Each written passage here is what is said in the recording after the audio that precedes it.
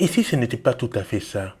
Si en fait, ce que tu crois par rapport à la famille est erroné.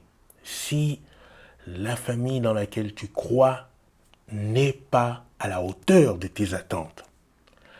Eh bien, dans cette vidéo, je te propose de venir avec moi explorer les choses qui vont bien et les choses qui vont moins bien dans cette notion qui nous est si chère, à toi comme à moi, celle de la famille. Bonjour, je suis Jean-Serge Moulumba, votre hôte de ce podcast dédié à vos relations plus épanouies. Si vous n'êtes pas encore abonné à la chaîne, tâchez de le faire dès à présent. Tâchez également de liker, de partager le contenu autour de vous car cela m'aide, semaine après semaine, à construire plus de valeur pour vous. Pourquoi c'est important de ne pas se laisser influencer par la pensée des autres? Bah écoute, quand on est enfant, quand on grandit, on ne sait pas en fait qu'il faut pas se laisser influencer par la pensée, par le négatif. On ne sait pas. Tout du moins, moi j'ai pas eu cette éducation. Alors maintenant, dans certaines éducations, par exemple, moi je le dis à mes enfants, voilà, comme dans ce fameux film de Will Smith là où Will Smith il parle à son fils. Et c'est en gros, il lui dit, voilà, rêve sans limite, laisse personne te dire que c'est pas possible, en gros. Donc, quand j'ai grandi, je savais pas comment dire, qu'il fallait mettre une barrière. Donc, j'ai tout accepté, le positif et le négatif. Et moi, j'ai grandi avec des parents qui, aimants, mais un peu à la dure, tu vois. C'était des commerçants. On se levait tôt tous les matins. Il n'y avait pas de repos mercredi, samedi, dimanche. Je travaillais avec eux sur le marché.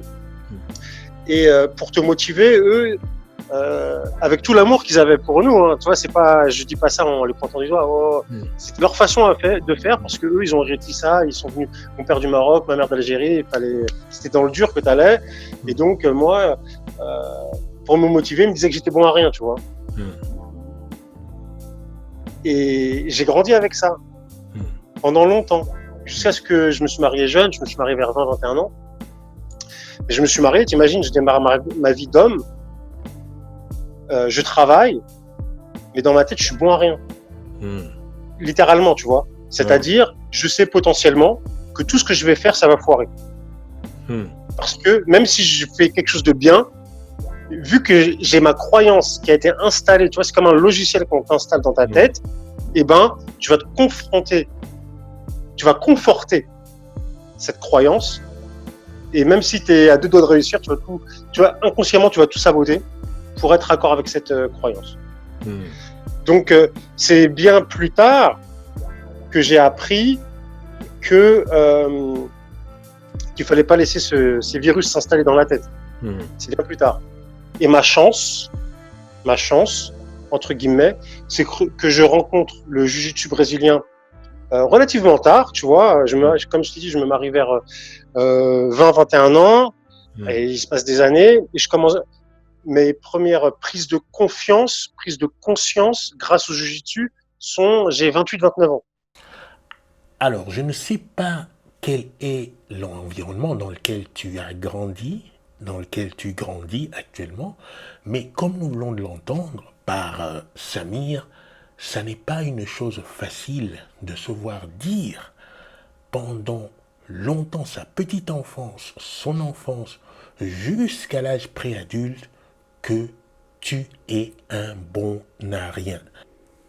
Alors, cela suscite de l'interrogation quand on l'entend de cette façon. On ne peut pas être autrement que touché. On ne peut pas faire autrement que se mettre à sa place et de déduire que c'est très difficile de démarrer dans ces conditions-là une vie de jeune adulte avec comme programmation « tu n'es bon à rien ». Tu as certainement connu autour de toi des parents, de la famille, des amis, des personnes qui, avec de la bonne volonté, avec une certaine foi dans ce qu'elles sont, avec une certaine connaissance, avec leur expérience, veulent malgré tout faire du mieux qu'elles peuvent pour accompagner leurs enfants et pensent qu'une telle programmation est productive. bien souvent dans une famille, il y a un contexte, il y a une histoire, il y a un parcours qui est interprété de différentes manières. Les parents qui apportent la sécurité, la nourriture, le toit, le coucher et qui accompagnent durant les décennies les enfants pour leur formation et pour leur devenir, croient souvent bien faire en influençant les enfants dans une certaine direction. Il y a des parents qui voient déjà, qui entrevoient dans leurs enfants des champions, des futurs sportifs, des futurs cadres, des docteurs, des chirurgiens, des entrepreneurs, et qui ne jurent que par cela. Il y a des parents qui souhaitent que très tôt, leurs enfants se marient et des enfants. J'ai écouté une personne me dire, tu sais Serge, j'espère que mon fils fera mieux que moi, il sera plus instruit que moi, il sera beaucoup plus intelligent que moi. Par rapport à ces raisonnements-là, les enfants sont parfois pris en otage entre leurs désirs intérieurs profonds et les croyances qui sont répandues autour d'eux, notamment par leurs parents, mais aussi tout autour. Et si les désirs des enfants ne correspondent pas à ce que les parents auraient prévu pour eux, eh bien, dans la génération des parents de Samir, par exemple, les parents auraient tendance à annihiler ces désirs et à essayer de forcer le destin de l'enfant vers ce qu'ils croient être bon pour eux. Combien de fois on entend, peut-être toi-même dans ton entourage, tu sais, les artistes, ça ne gagne pas d'argent, et ils pensent en général que tu devrais faire comme la majorité des gens, à savoir aller chercher un métier. Eh bien, si tu n'as pas un métier, tu t'inscris à l'organisme qui est prédisposé à pouvoir t'accompagner dans ta recherche de métier, le Pôle emploi ou quelque organisme autre qui va t'accompagner dans une recherche d'emploi. Tu vas trouver une formation, tu vas gagner de l'argent suffisamment pour payer ton loyer, payer tes vacances, nourrir ta famille et payer tes impôts. Voilà. Je me souviens de l'exemple de Les Brown qui a dit que lorsqu'il s'est mis à vouloir travailler dans le public speaking, donc qui est une industrie assez florissante dans le monde, les premières personnes qui lui ont mis les bâtons dans les roues n'étaient pas celles auxquelles il s'attendait. Ça n'était pas ses concurrents, ça n'était pas des compétiteurs, mais c'était par exemple sa mère. Sa mère lui disait, mais pourquoi est-ce que tu veux aller te casser la tête à faire quelque chose qui ne marchera pas? Pourquoi pas faire simple, aller dans le supermarché du coin et travailler comme agent de sécurité, tout simplement, et gagner ton argent? Alors il regardait sa mère et il disait, mais maman, je ne peux pas faire ça, c'est plus fort que moi, j'ai quelque chose en moi, j'ai un désir puissant en moi, j'ai une conviction en moi qui me dit, ça va marcher, je peux pas aller faire ça, je ne peux pas, c'est juste que je ne peux pas, je dois aller faire ce que j'ai envie de faire. Et alors elle haussait les épaules et elle se retournait. De nombreux entrepreneurs diront à chaque fois que lorsqu'ils doivent entreprendre, finalement, c'est un chemin qu'ils effectuent tout seuls. Souvent, ça peut arriver que de façon exceptionnelle, on ait cet accompagnement de personnes proches qui comprennent les enjeux de notre envie d'avancer, de notre projet et qui se mobilisent autour de nous. Mais ça n'est pas la majorité des cas.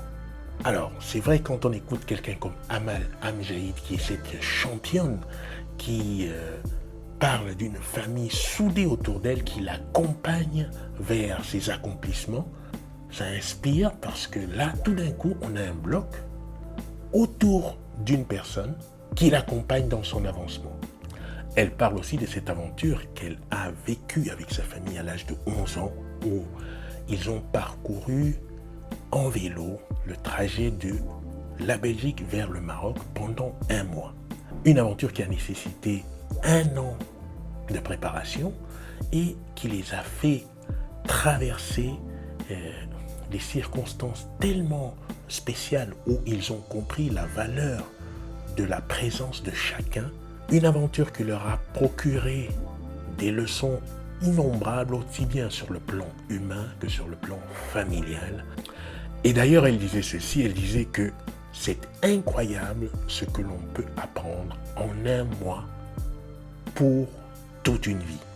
Une famille, ça donne un cadre, des prédispositions, une histoire, des références biologiques, des références spatiales, géographiques, des références culturelles pour bien avancer. Mais est-ce qu'une famille garantit de bonnes relations? Peux-tu dire que tu es en bon terme avec tous les membres de ta famille à ce jour? Est-ce que c'est quelque chose que la plupart d'entre nous peut dire? Je ne pense pas. Par contre, mettre l'accent sur la qualité relationnelle, est-ce que cela garantit une bonne famille? Eh bien, à la lumière de l'expérience d'Amal et de bien de familles à travers la planète, je pense que mettre l'accent sur la qualité relationnelle permet de construire une famille autour de soi solide. Cette qualité relationnelle va se préciser par rapport à un cortège de valeurs vivantes qui permettent des actions concrètes, précises dans le quotidien, de rapprochement, de construire ensemble et qui permettent d'avancer ensemble au quotidien. Le cadre est posé grâce à la famille, mais tout reste à faire par rapport à la qualité relationnelle construite jour après jour dans la famille. Ceci n'est pas quelque chose d'évident, quelque chose qui va de soi. C'est une volonté, ce sont des valeurs et ce sont surtout des actions dans le quotidien. Voilà, je te dis à la prochaine vidéo.